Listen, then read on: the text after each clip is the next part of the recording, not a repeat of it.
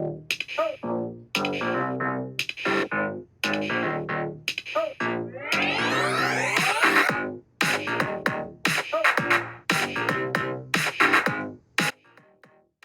there, beautiful souls. I'm Colleen Lockoff. And I'm Meredy Lockoff. And welcome to Spiritual Sisters with Sass, the podcast where two sisters with a passion for spirituality and a touch of sass come together to explore the exciting world of self-improvement. That's right, Colleen. We embarked on this incredible journey together, diving into different self-improvement techniques, yoga practices, and a whole array of life experiences. Yeah, and through it all, we've managed to create lives that are abundant, happy, and constantly evolving. It's been a wild ride, hasn't it, Meredy? You bet, sis. We've got two very different perspectives on life, but that's what makes this podcast so special. I'm all about diving in head first into life's adventures and embracing every challenge with a bit of sass. While Colleen here, she's got her own unique approach. Yep, that's me. And I'm all about the yoga, mindfulness, and finding my zen. And together we make the perfect balance. So whether you're looking for some wisdom, a few laughs, or just some heartfelt stories, you're in the right place. We're here to share our personal experiences and insights with you, all while exploring the wild and diverse world of self-improvement. So grab your headphones and get ready for a fantastic journey with us. Spiritual Sisters with Sass is here to uplift, inspire, and keep it real. Thanks for tuning in, lovely listeners. Let's dive in. Spirit and sass. Here we go.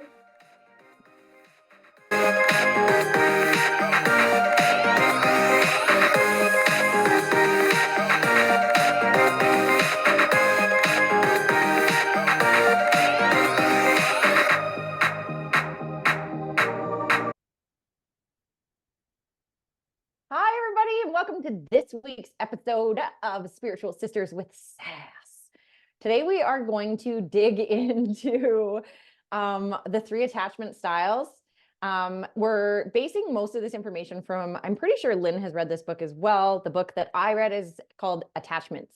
If you're looking for the book, it has 2 magnets basically attached together.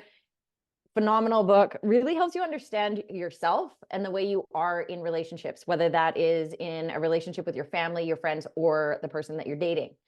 The basics is that there's 3 attachment styles, and the 3 attachment styles are secure, avoidant, and anxious. And today we're going to dig into all 3. We're going to give you our own experiences with them because I was one and now I'm different. But let's go ahead and dig into them. So the attachment styles differ in their view of intimacy, in the way that they deal with conflict, their attitude towards sex, their ability to communicate their wishes and needs, and their expectations from a partner or a relationship. Okay. Now, I got blown away by the statistics that they gave us. And the statistics said that an average of 50 people, or 50%, sorry. Why are you shaking your head at me? I'm just thinking, I'm like reading the notes while you're talking. I'm like, isn't this crazy? 50% of people are secure attachment. My anus. And that's what I said. And I believe that that's bullshit because I think that the way you become a secure attachment style is by doing the work on yourself. And I just don't feel that 50% of people are there yet. That's just my personal opinion. However, the statistics that they say in the book are 50% have a secure, 20% have an anxious, and 25% are avoidant, while the other 3 to 5% fall into an avoidant anxious style, which is a combination of the 2. So where our attachment styles stem from is a couple of different things. So they stem from your childhood, the trauma that you have, and who you were born as. So what I mean by that, an example is, say the child comes out and they're similar to like Lynn and I, we're A-type personalities. Because we're A-type personalities, we're automatically more prone to an avoidant attachment style. And I'm going to tell you, hi, my name is Meredy, and I had an avoidant attachment style 100%. Okay. I also have a secure attachment style. And one of the ways that that shows up is that the people that I dated, married, when I left, they said, wow, I never thought you'd leave. Because I provided them with such a secure attachment that they thought that they could get away with almost anything. So basically there's genetic factors in that as well, in the fact that like if you have low dopamine, you end up with an anxious attachment style. If you have low serotonin, you'll end up with an avoidant attachment style. And now I take antidepressants every day, which is because I have a low serotonin level. That alone tells you I had an avoidant attachment style. I am open to admit that. I want to say when I go into trauma response, I probably still have a bit of an avoidant attachment style because I have this attitude. Now let's get straight into the avoidant because I feel like it's very Lynn and I, and it's definitely who I used to be and a lot less of who I am now. But if you are an avoidant attachment style, it's super important that you maintain your independence and self-sufficiency. You prefer being all by yourself in a relationship. Even though you want to be close to others, you feel uncomfortable with too much closeness. And you like to keep your people at arm's length. You don't like anybody to get too close because then they can hurt you. You don't spend much time worrying about your romantic relationships or about being rejected because you don't need anybody anyways. You tend not to open up to your partners, and they will often complain that you are emotionally distant. Okay. In relationships, you're often on high alert for any signs of someone trying to control you. Do you see me looking at you, Lynn? Do you see me looking at you? Yeah, I'm looking at you. So a way that we can look at some of these things too is like a baby. When you're born, you're automatically born with some of these things. And then, like I said, your trauma will create more. And then the work you do on yourself will create more. So an avoidant baby will act as though nothing happened when mommy leaves the room. And then when mom comes back to the room, they also still act like they don't care. They're nonchalant. They blow it off. It's no big deal. But studies show that inside the baby, their heart rate is just like an anxious baby. They're not calm. They're not collected. They're actually quite freaking out inside, but they act like they don't care. Okay. So I'm going to give you some traits of what your partner would look like if they are an avoidant attachment style. And then I want Lynn to step in here and give us some of her feedback on this. So if your partner has an avoidant attachment style, they're going to send mixed signals to you. They're going to really value their independence. They will devalue you or their previous partners in the sense that they didn't need you anyways. They use distancing strategies to keep you at arm's length. They emphasize boundaries in the relationship. Now, I'm going to step in right here and say that the boundaries are important to have regardless, but in an avoidant attachment style, we're extra. Don't cross this boundary. This boundary is such a hard boundary. And the boundary may be unnecessary, and yet we have it anyways. We have unrealistic view of how relationships should be so that you stay independent. You don't share bank accounts. You stay separate. You'll notice some people in relationships like this are 10 years together, but still living in separate houses. Okay.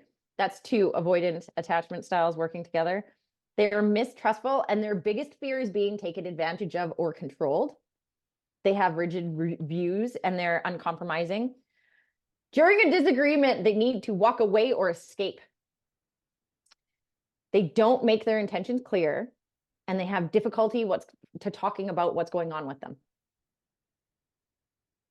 So, Lynn, tell us about your experience being an avoidant attachment style, because I know that you and I started out that way for sure. You know, this is interesting because it's funny because I'm like, oh my God, Rafa's avoidant. Holy shit. Holy shit. Isn't it interesting? Yeah. And you know, for a long time now, I'm interested to like dive a little bit more into the anxious, because like I mentioned, I read this book, listened to it on Audible, and I listened to hours and hours, and I was like, this is I just wasn't hitting or landing at the time, probably because I was like celibate, I was single, like I could fucking care less at that moment what I was, and I felt like I was pretty secure. Yeah, you're alone. We're good at it. I'm a secure attachment style alone all the way. I'm good. And definitely, yeah, I mean, like one of the things I said was like, don't touch me. Like, I don't like to be touched like that. I mean, that's pretty avoidant. That's pretty like arm's length. Yes. But I also wonder, well, this is interesting to hear the part about like the studies on babies as well, because I was gonna say like internally, I feel very anxious. And a lot of that is like if there's no communication, historically, I've chased people around. Like, we need to fucking talk. Like, we need to talk. We need to talk. We need to talk. And So anxious avoidant, maybe. I do Okay. wonder when I was listening to this, I was like, I think I'm secure, but I wonder, I would definitely default to avoidant, but I wonder if I'm anxious avoidant. And the more I think about it, I'm going to say I probably agree with you on you being a bit of a combo, because I have seen that. I want to say as we were younger with the whole mom, everything, you were avoidant. You were like, fuck this. I don't need this. I don't need you. But then as you've grown and I've seen you in relationships, there's for sure a bit of that anxious attachment style. Interesting. Yeah. Interesting. So I find that like even now, especially, I mean, you saw me when I came to Canada for the month of September. I mean, I was incredibly anxious. I was worried the whole time. My head was just feeding me that I don't even know. It was just this worry that like my partner's gonna cheat on me. Like that was a big thing. Like he's just gonna cheat on me. It's one of the things that's underlying at the very base that I have said to probably every partner I've ever had is like, you're gonna figure out what a fucking loser I am. Right. I think because like you said, we're type A and I show up in this relationship like a very strong woman, very powerful woman. I have this business, I'm very successful. I da da da da da da da. And then I think like that's just a front, motherfucker. I'm a loser. You're gonna figure it out now that I let you in. You're gonna figure it out. And it seems that like my first partner, I mean, we were young. I really like I think I've said this a million times. I don't have a lot of like upset around my husband because I feel like we were both young and I know he loved me and I loved him and we kind of figured it out and then it didn't work out.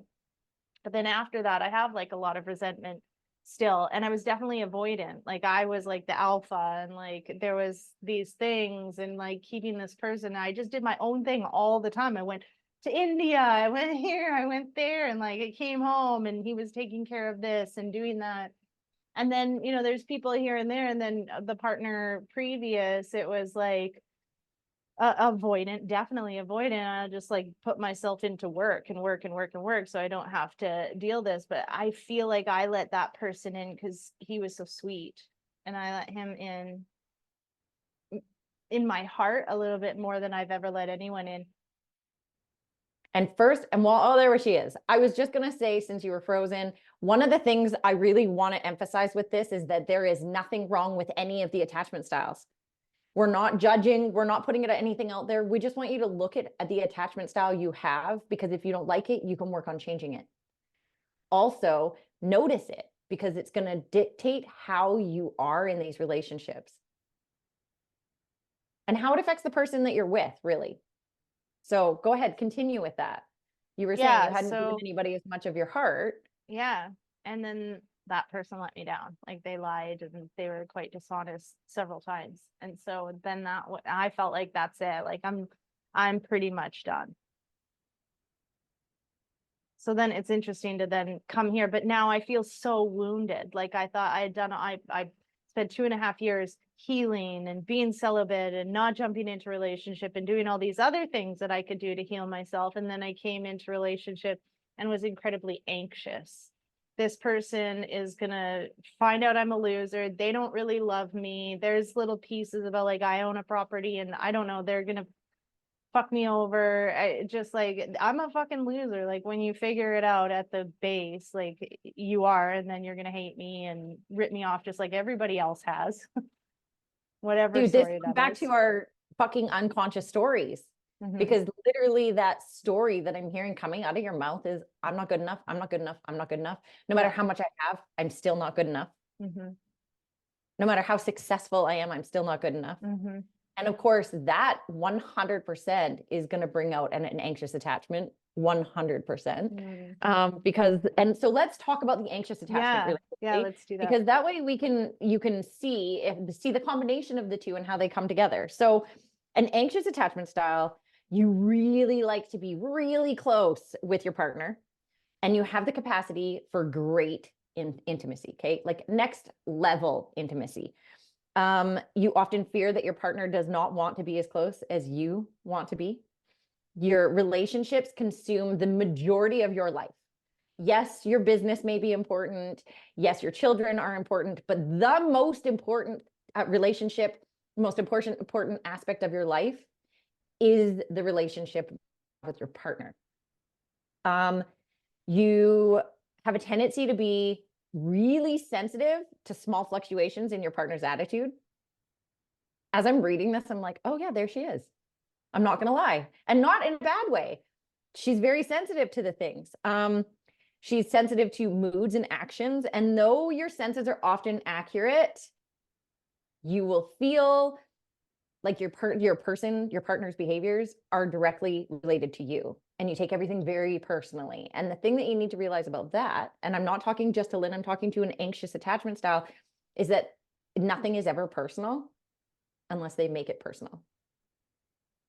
Now, the crappy part about the anxious attachment style is that you feel a lot of negative emotions within a relationship, and then you get upset easily. You're triggered by things really easily. And then you fight with the person because you're upset about something, even though that upset, they don't even know is there. You tend to act out and say things that you regret. Now, I don't feel like that's something that you do. I think that's something when you work on yourself, you won't do things like that. If the other person provides a lot of security and reassurance, you're able to shed much of this anxiety and feel quite content. And I feel like that is something that when Rafa's in his trauma response and wants to run, your anxious attachment style really kicks in. But then when he sits down and pulls his shit together because he's really good at this, that's where you can really settle in and be like, okay, let's talk about this then.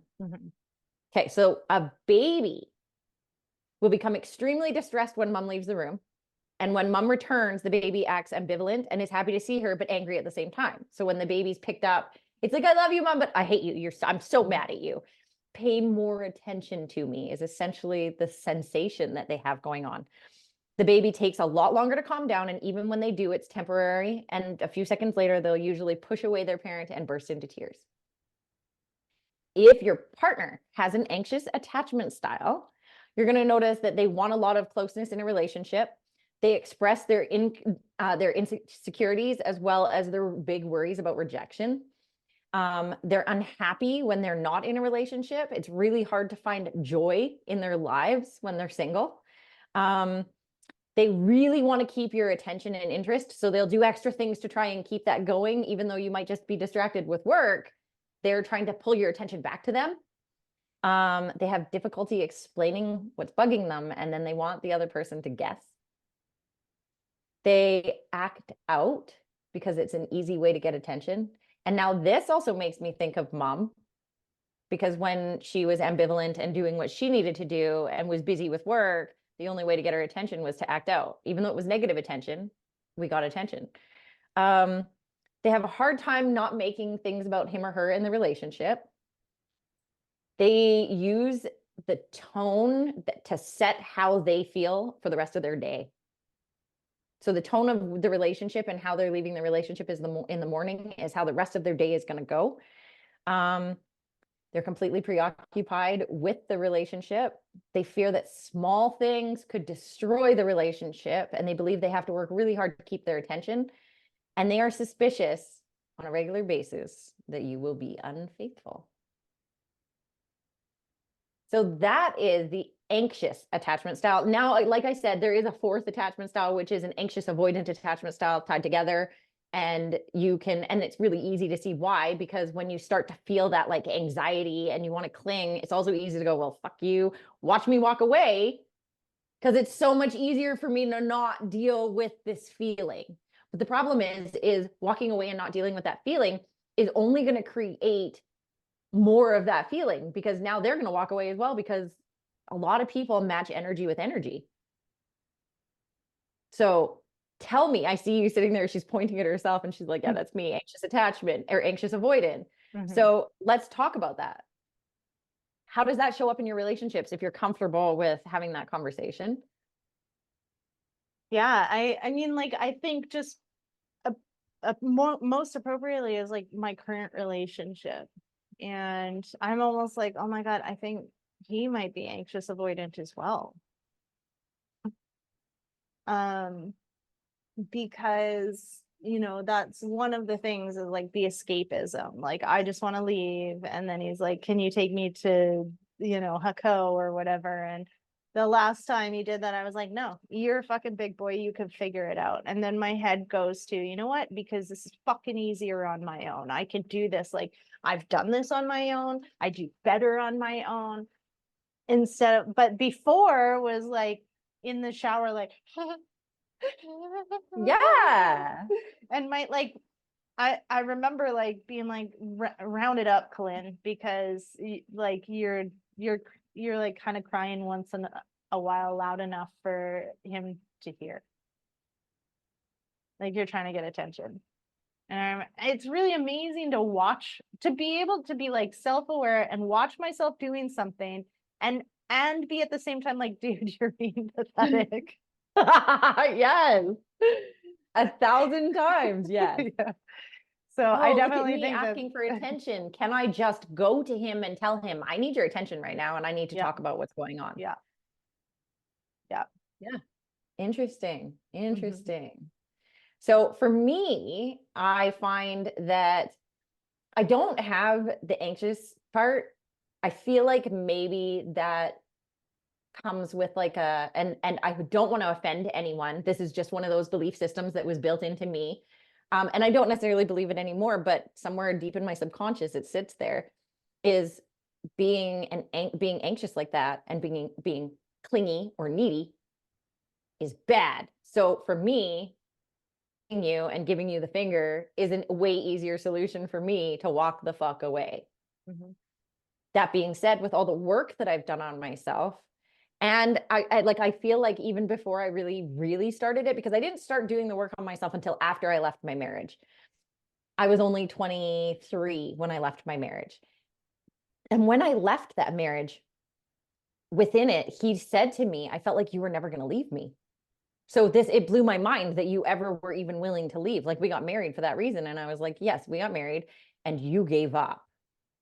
And I spent 2 years fighting to make the marriage work, because literally I watched us get married and then him stop trying with everything. And I hear people say that, like when they get into a marriage, that's what happens. And so for me, that was what happened. He stopped trying. I started putting more effort in. When I wasn't matched to the effort, I said, okay, I'm leaving. I'm out. I can't do this anymore. I'm miserable. I spent 2 years.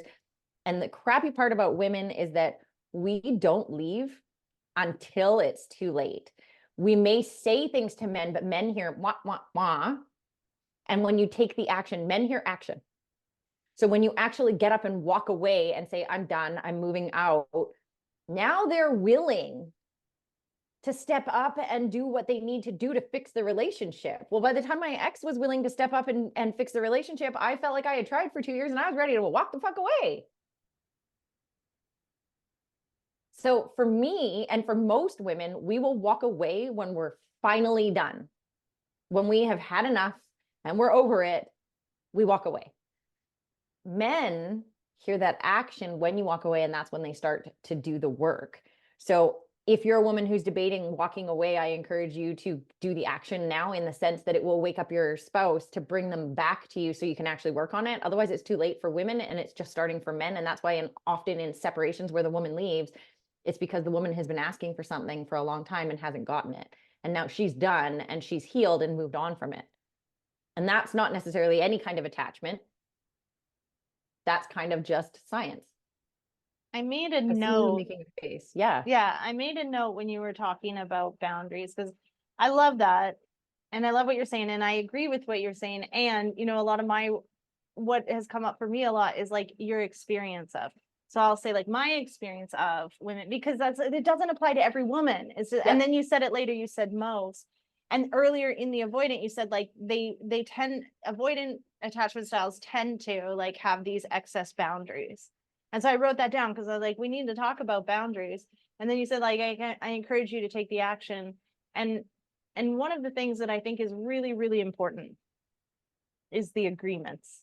And I think we've talked about it before, right? Yes. Is this piece is like, when you have a boundary, you make an agreement around the boundary instead of being a fucking dictator. Yeah. Because if someone says I'm leaving and then they're like, okay, I'm leaving, and then the guy's like, oh my God, which has happened. Like literally it happened when I went into nursing. I went away. I left my 2 and my 4-year-old with my husband, and my friend moved in. And my friend was, I mean, she was sick a lot. Every time she had her period, she had to take off 5 days. She drank a lot. Her boyfriend came. They took a bunch of days off. So my husband, though we had help and we had a farm, was left to do what I do.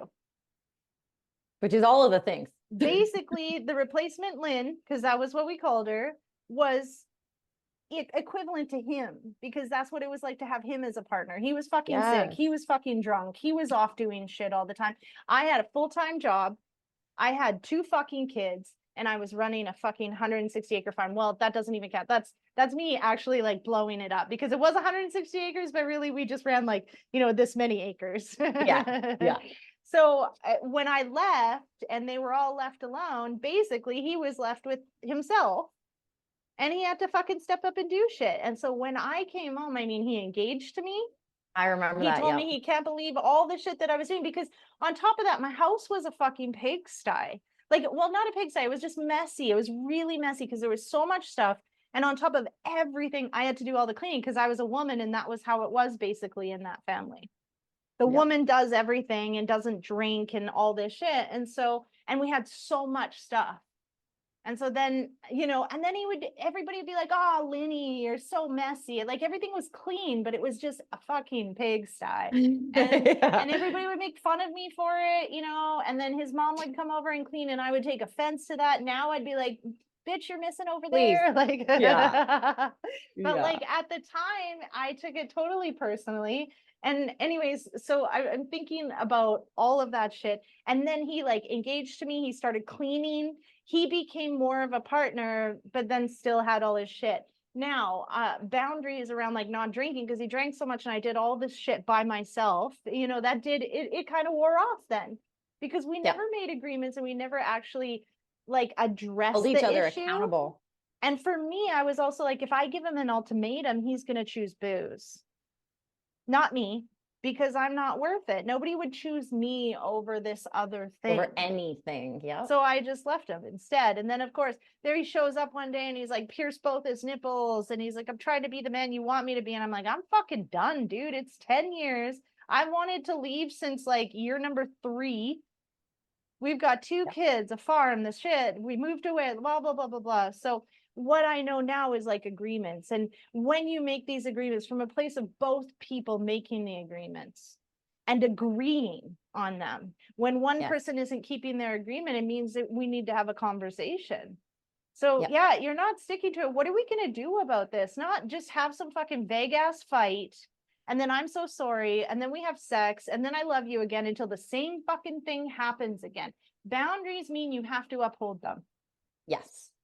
And that's where the agreements come into place, because now you can just, and like I've shown so many people with this now, send a picture of the agreements that they have made with you to them and don't say anything else, because they now need to step up and be personally accountable for what they said they would do. And the both of you have to want the relationship to work and stop fucking blaming each other. Like take personal responsibility. Every fucking episode that we've done, it all rolls into this. This isn't just like one thing, it's all the things. And so when you love someone and you're calling them on about the agreements instead of silently resenting them and not actually fucking saying something, or being passive aggressive, like, well, I'm always alone, or like whatever it is that I'm so over it. Like I spend a lot of time coaching people, and I mean, if I coach someone right now and they're like, oh my God, I've been there, it's like, it's okay. And like, it's time to step up and stop blaming everybody for everything.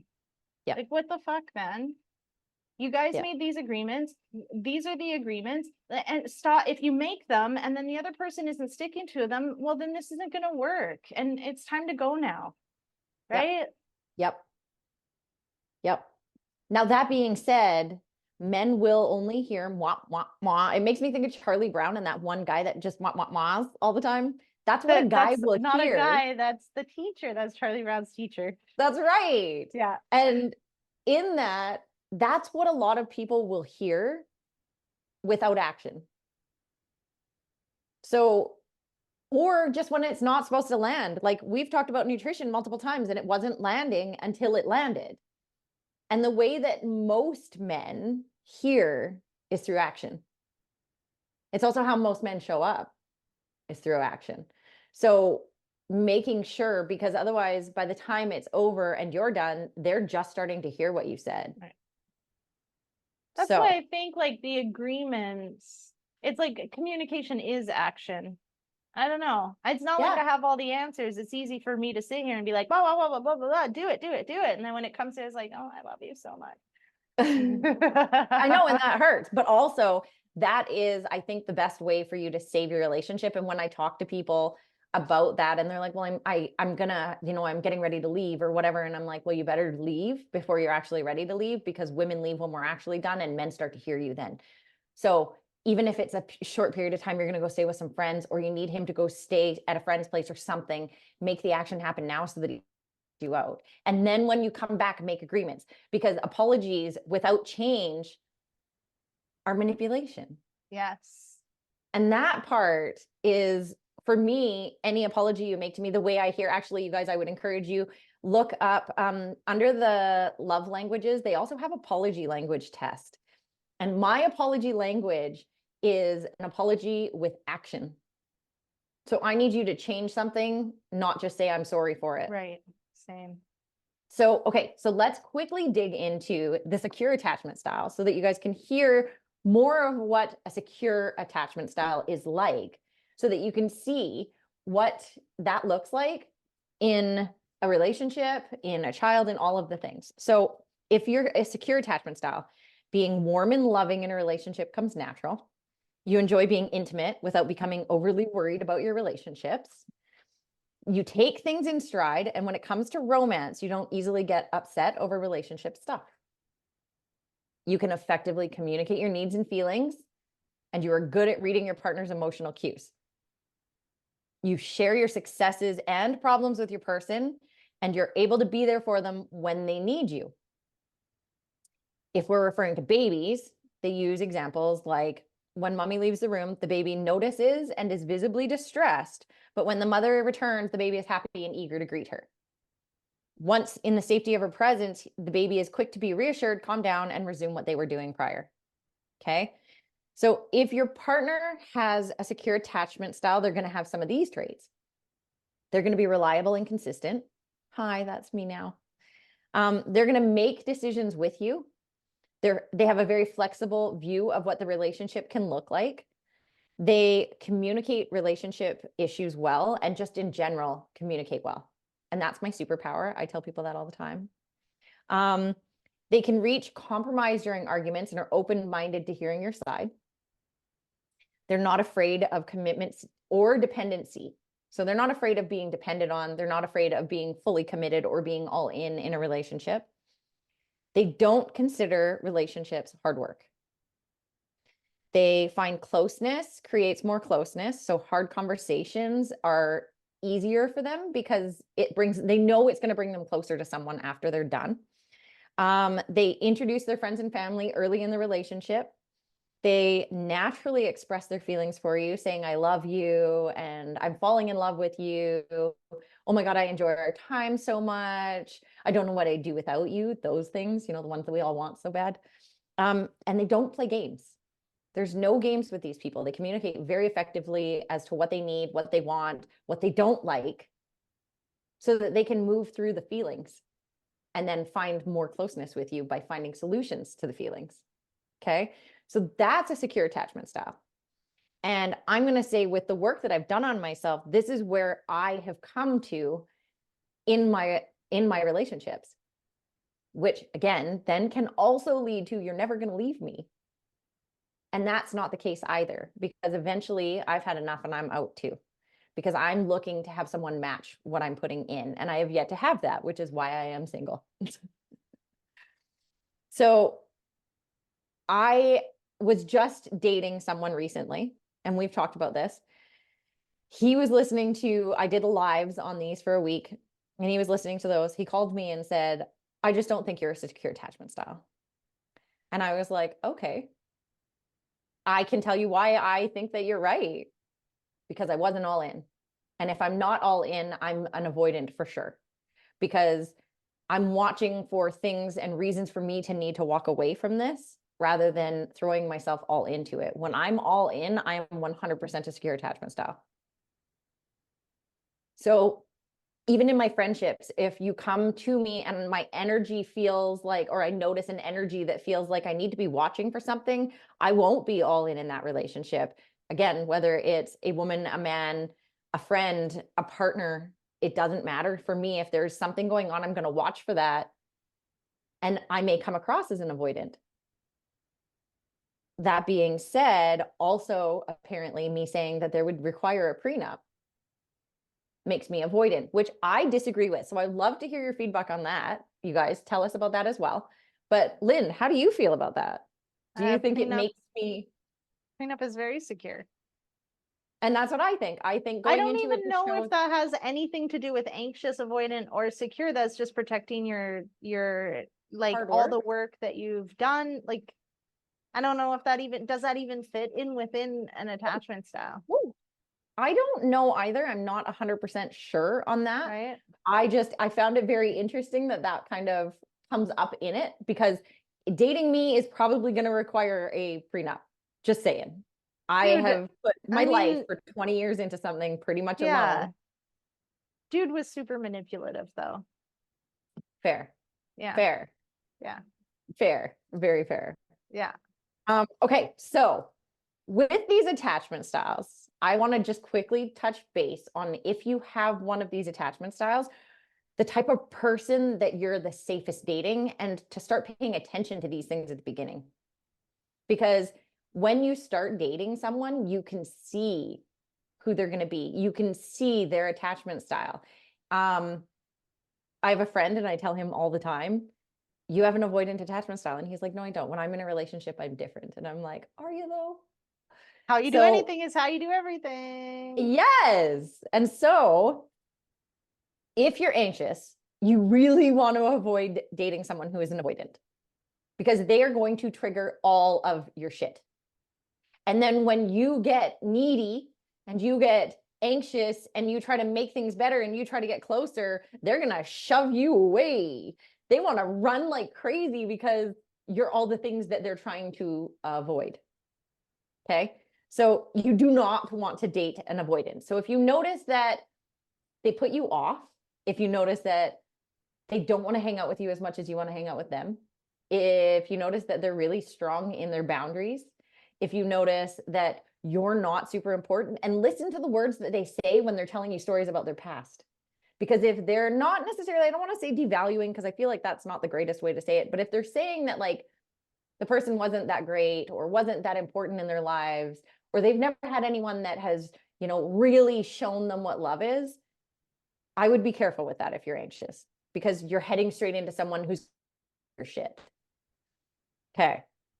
Now, if you are an anxious person, you should be dating someone who's secure, because they're going to fill all your needs. It's also okay to date another anxious, because you're going to notice that you guys are both looking for the same thing. And if you can fulfill each other's needs, you're going to have a super fulfilling relationship. Okay. If you're a secure attachment, you can date anybody basically, because you're okay with whatever actions they have that you can then pull them in. Okay. An avoidant dating an avoidant is going to give you a lot of avoidant behaviors, which means you're going to need to have a lot of hard conversations, which is really hard for avoidant people to do. Now, protest behavior in them. If you are anxious, you're going to have excessive attempts to reestablish connection and contact by calling, texting, emailing, or showing up at your house, at where they know you go, at your gym, at your workplace, to try and make things better. And if you have an avoidant, they're going to call you a stalker. Whereas if you have a secure, they're going to calm you so that you don't need to show up at their work. You don't need to show up the places they're going to be, because they're going to answer your text. They're going to answer your call. They're going to tell you, leave me alone. I'm angry right now. I need some time. I will call you back. I'm not going anywhere. I just need to sort through some of my own feelings through this. If you're an avoidant, they will disappear. They will avoid you at all costs. They will sit silently in whatever they're doing if you live together, like on their phone while you're talking, and they'll ignore you, even though they can hear you. They will talk to other people in the room while completely ignoring their partner. There are lots of things that I look at these, hear these, and I'm like, oh, hi, I used to be that person. I would completely, in some ways, ignore my ex-husband, even though he was in the room. Actually, I remember being with you I don't remember exactly the situation, but I was super pissed off at him and I just pretended he wasn't even in the room and you laughed at me for it. And we're like, what is even happening right now? I was like, not, he can fuck off. And I talked to you and I talked to your ex and we did our thing, but he didn't exist to me. I was so pissed at him. If they are secure, they're just going to come and tell you. They're going to talk to you about the problems they have. They're going to discuss things with you. They're going to have communication to fix the problem. And they're also going to communicate with you and say like, hey, I need some space. So secures usually don't have a protest per se because they come and tell you what they need in that moment. Tell me a little bit about what your guys' protest behavior looks like between you and your current spouse in your arguments, because everybody has arguments. So I want to hear about what your guys' looks like. I'm trying to think. I like it's bringing up stuff around around other people. Okay. I'm thinking about I'm just thinking about 2 partners ago, the one I was with for 11 years. And that avoidant behavior was so incredibly avoidant. Like, wow. You know what's interesting? I feel like you guys were both anxious avoidant attachment styles. There was like a need for each other, but also this fuck you, I can do this without you. But then you knew outside of that, you couldn't do it without you. So you'd fuck you, I don't need you. And then you'd come back together because that anxiousness of needing each other was there. Am I wrong? Well, think about this. Think about what you were saying about an avoidant baby will have the vitals of an anxious, but they won't acknowledge it. And that's what's coming up for me is like one time I got really upset. I thought that this person was cheating on me. I found an alternate Facebook profile with his middle name as his first name.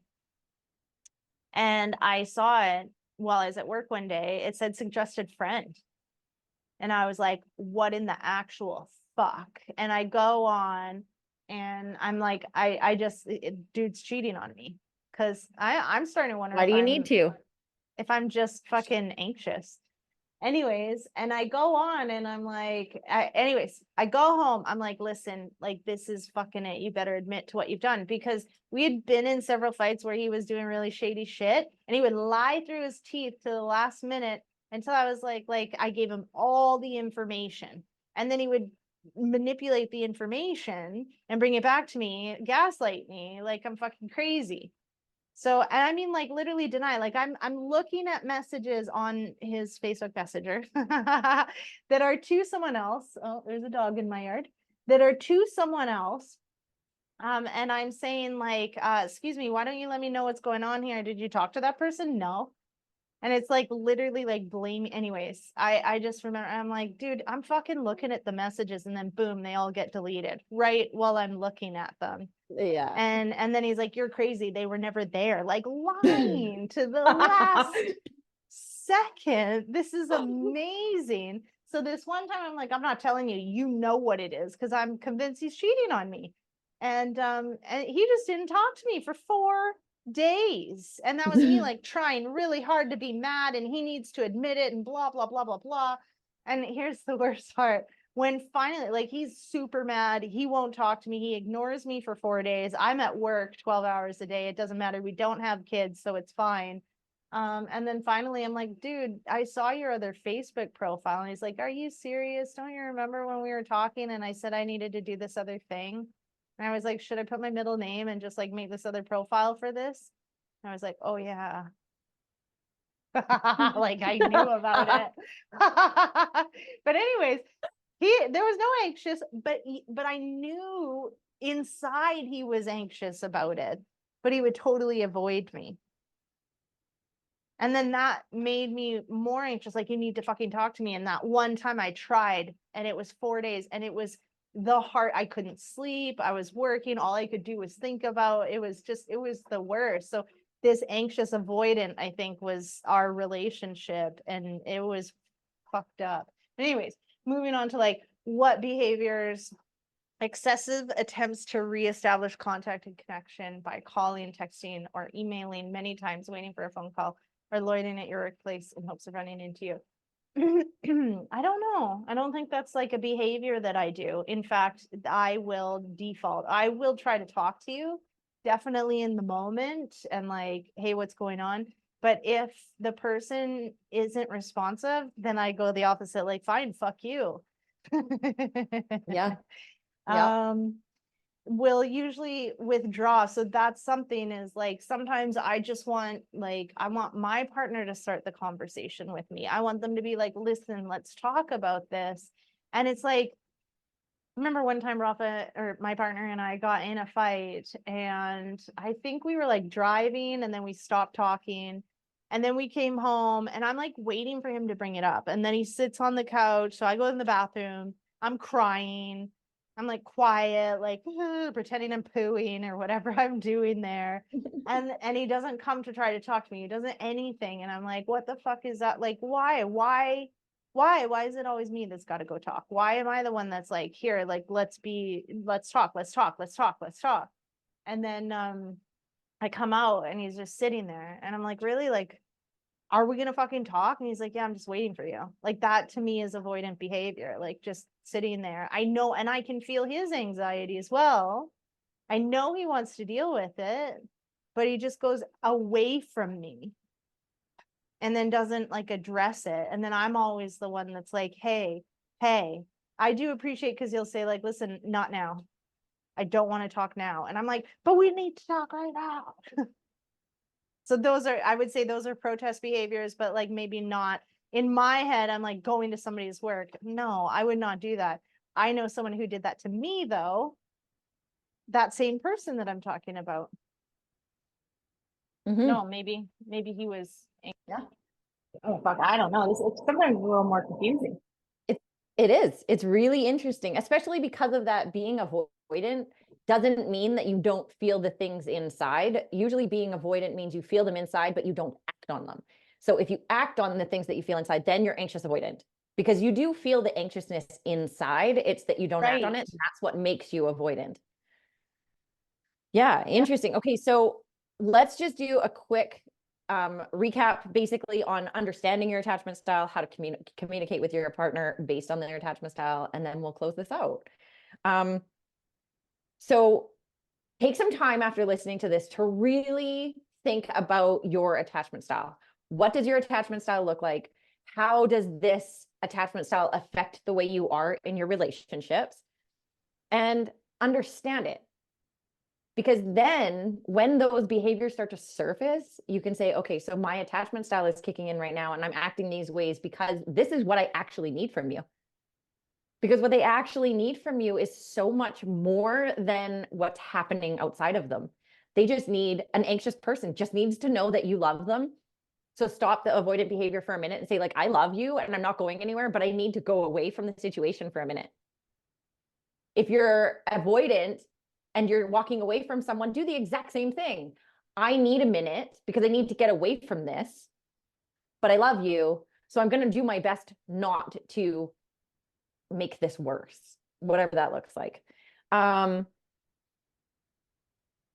Think about speaking to a counselor with your partner to make up these agreements that are going to help you, because having the agreements is going to help you to understand each other, as well as help you to move through how you feel, and help, really, it comes down to me, is how I look at it. If I have a certain type of attachment style, I need to communicate with my partner. In the end, yes, I'm going to have a moment of, well, fuck it, it's not worth it. It's easier to do this on my own. But the reality is, we're herd animals. We're meant to be with someone. So instead of walking away from something immediately, especially when you're in love and you know that's not the reality, take a minute and say, I love you. I need a minute. because being angry doesn't change how you feel about the person. Being angry just means that you need a minute. I need to reflect on myself in that minute.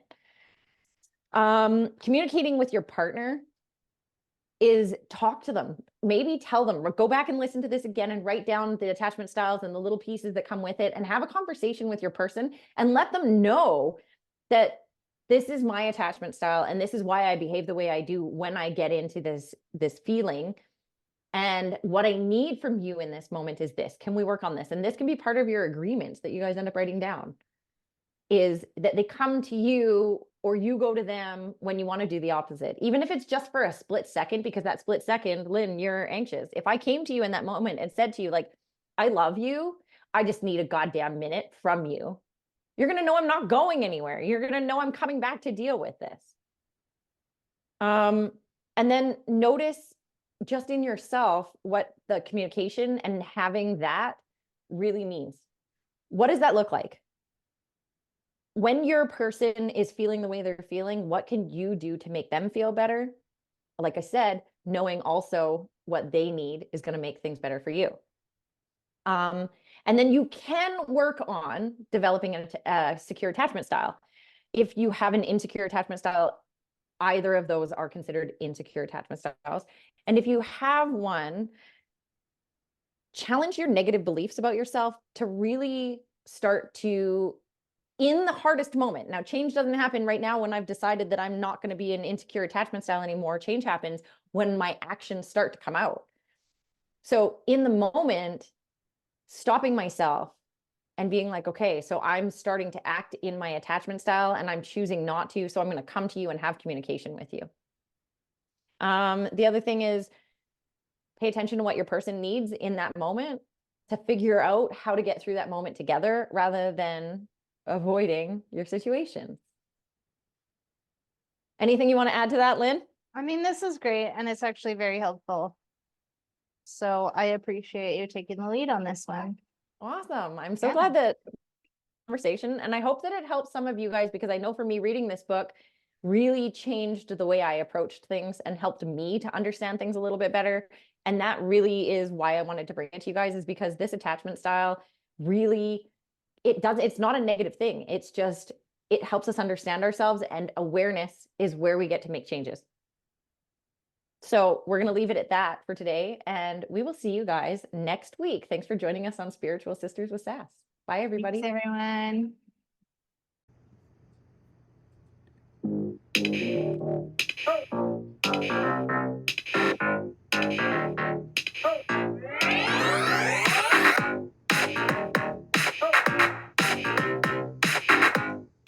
Thank you for joining us on this spirited journey today. We hope you enjoyed diving into the world of self-improvement with us. Two sisters who found their own unique paths. Remember, life is a tapestry of experiences, and it's how we embrace them that makes all the difference. So whether you're on your yoga mat, exploring mindfulness, or simply navigating life's twists and turns, always keep that spirit and sass alive. We are Colin and Nerdy Lockoff, and we're here to remind you that happiness and abundance are within reach. Stay connected with us on social media and keep those questions and stories coming. We love hearing from you. Until next time, beautiful souls, keep doing the work, keep sharing your experiences, and keep living a life that's authentically you. And never forget to add a little extra sass to your day. Spirit and sass, always.